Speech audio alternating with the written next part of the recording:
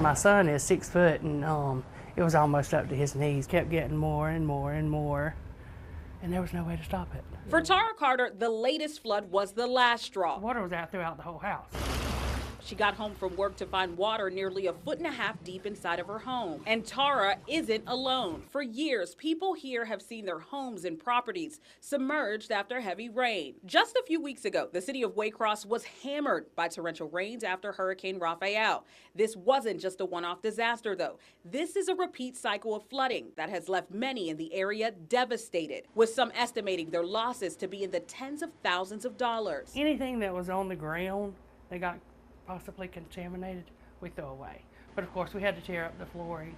Really frustrated, because I think that maybe if these canals are cleaned out some, it can prevent this. But it's not just floodwaters that are the problem. The canals meant to drain the water have become dumping grounds in some areas. Basketballs, old tires, and even sometimes dirty diapers. You can see where debris and stuff still, It was overflowing, both sides was overflowing. We've reached out to the city for answers, and they admit something needs to be done. But what that is may not be as easy as it seems. Containment ponds, we're about 8 short here. Everybody knows that. There's land here that cannot be used for any other purpose but that's owned by somebody.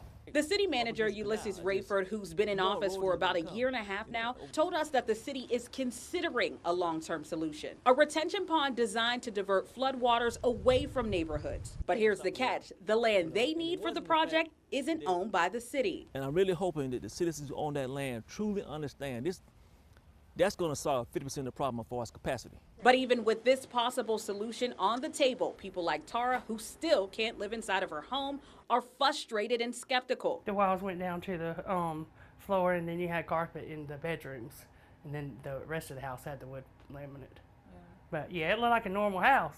They've been waiting for years for a fix, and many feel like they've been left to fend for themselves. And repairing the house wasn't in the budget this year, so I'm not really sure.